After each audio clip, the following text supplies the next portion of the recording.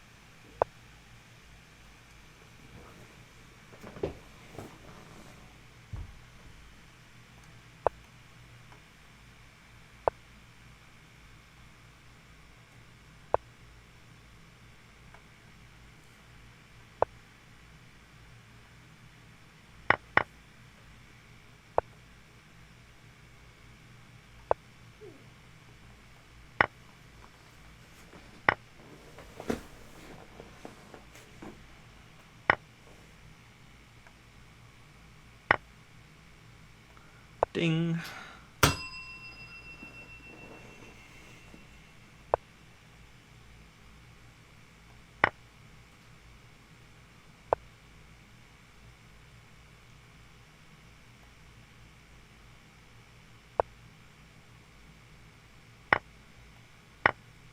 This guy just keeps playing down a queen. I'm highly offended.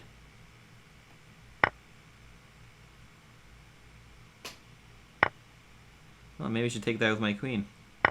Kappa.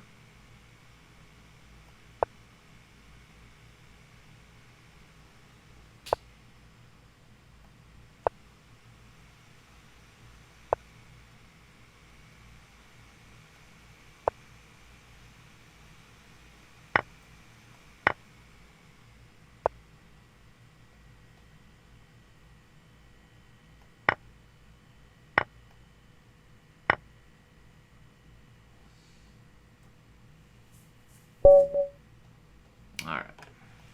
Yeah, he played really fast. Then he hung his queen really fast. So did he win? Yeah.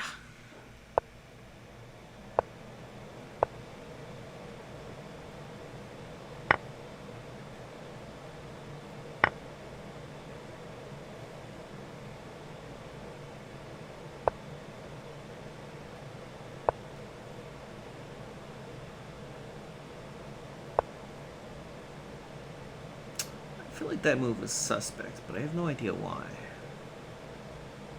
That doesn't look that suspect.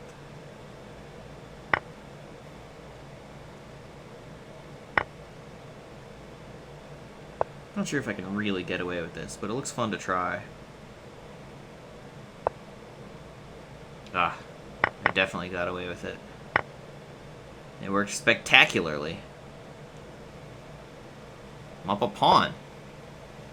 And a rook. Lights out. We're done here. Okay, we'll keep playing.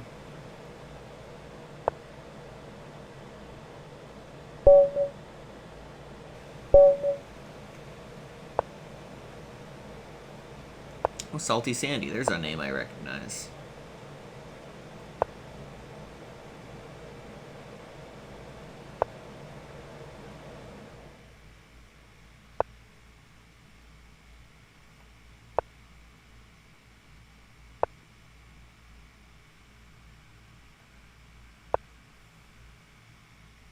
So we're playing a French defense. Oh, no idea what we're doing.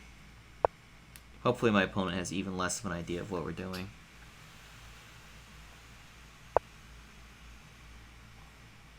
I think I'm getting myself in some trouble here.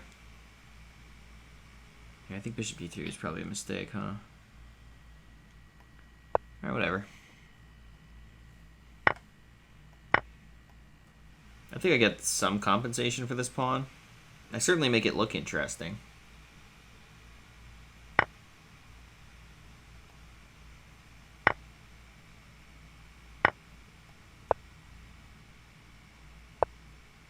I think I'm just going to give him lots of pawns.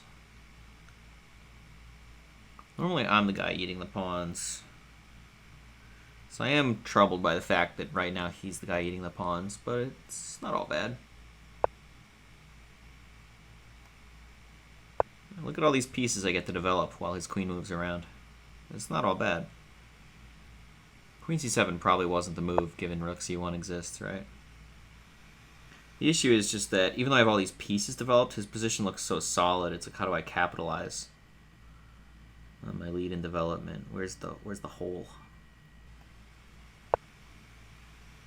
I'm over defending e5 so that I can move this knight up to like g5. That might help me make some holes. Again, I'm offering him another pawn on a2. Alright, I'm still cooking. I'm still working on things here. Now if he takes my bishop, my queen recaptures, and I've got a few pieces eyeing that king side. So it's hard for him to castle over there. It's hard to castle on queen side. He's a little bit stuck in the middle, right? And if he's stuck in the middle, that's probably worth a pawn.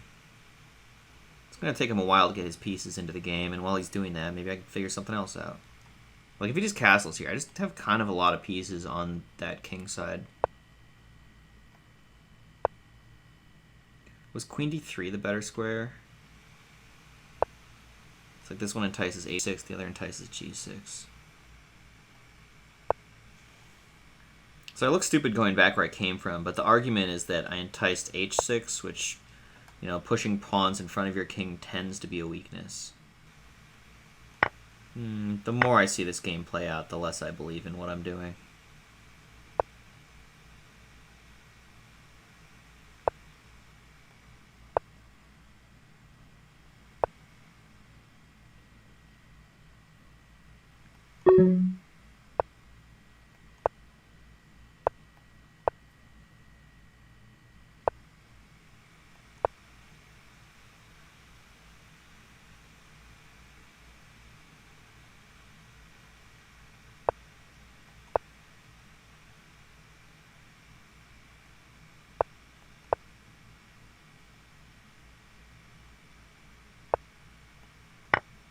Okay, now he's trick cooked. I didn't come up with a good plan, but I came up with a plan, and that was good enough. Did I learn chess in prison? Dude, how did you know? People rarely ask me that.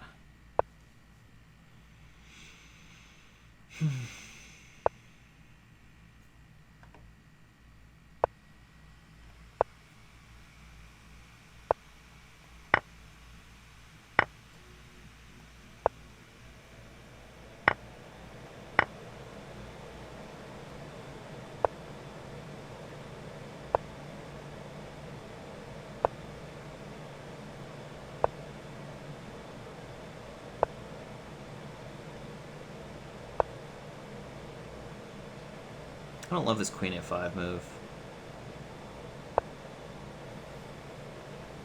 Oh, interesting. I'm surprised he thought that was worth a pawn. I wonder if I'm missing something important. Did he drop a piece here? He moved f4 to attack my queen, but he's no longer protecting that diagonal. The space left behind is a big deal.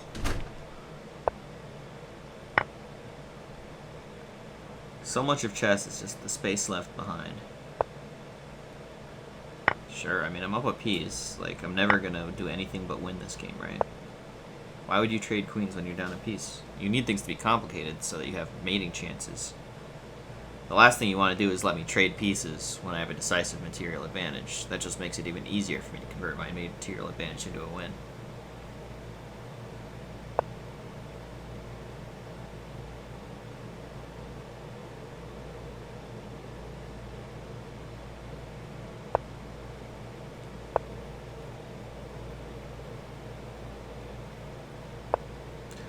He just undefended this diagonal again. There's a couple times this game he moves a pawn and it undefends diagonal. Click the link in chat if you want to play. It still looks like a hotel. What? Why would you think that? People are so weird with their conspiracy theories. Next you're gonna think the moon landing's real. Come on guys, you could do better.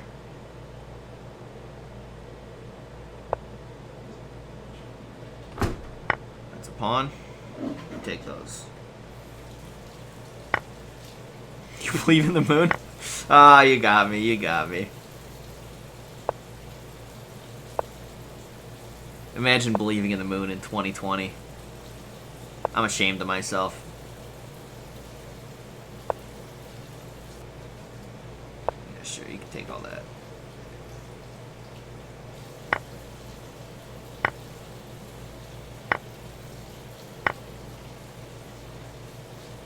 So again, I'm up material and my opponent's just trading pieces and simplifying, allowing my pawn lead. But my pawn lead just gets bigger and easier to convert into a win with each piece off the board.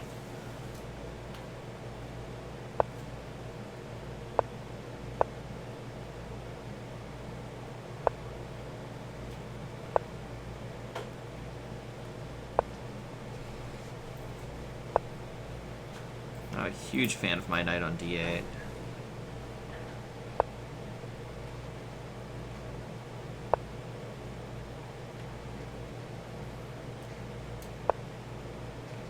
That's a 2-pawn lead. Again, undefending by moving a piece. It's like most of the gains I make are from my opponents accidentally leaving something behind. They go somewhere to achieve a purpose, but in achieving that purpose, they leave something more important behind.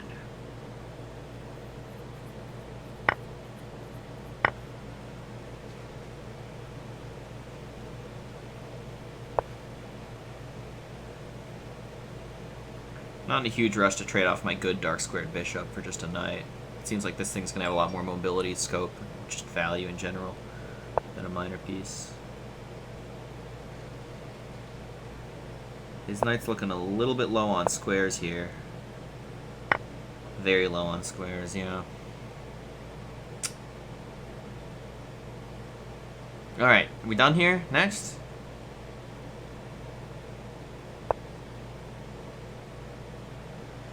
No, he's got more fight in him. Okay.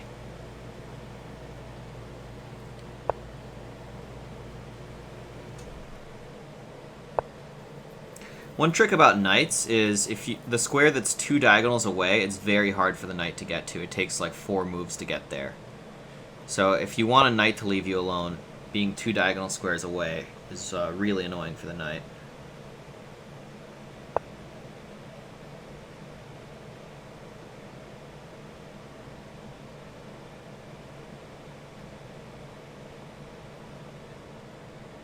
This was not a good move, h6. It was needlessly... I was preventing knight g5, but I didn't really need to prevent it. I should have just been activating my rook, going like rook a2 on this a3 pawn.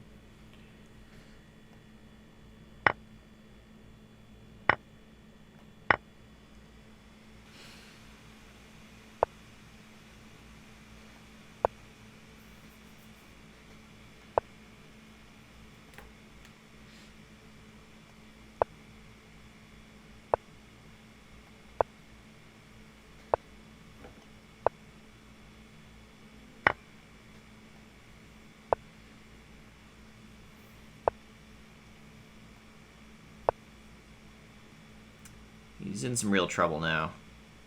If he goes rook here to stay on the pawn, then I get to fork him. But if he goes somewhere else, he undefends this f-pawn. There's the fork. I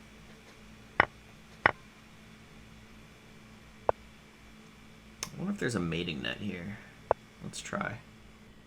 Oh, this was... I could just f-push and just eat his rook. That was the move. Could have just taken more material. So this eats his rook.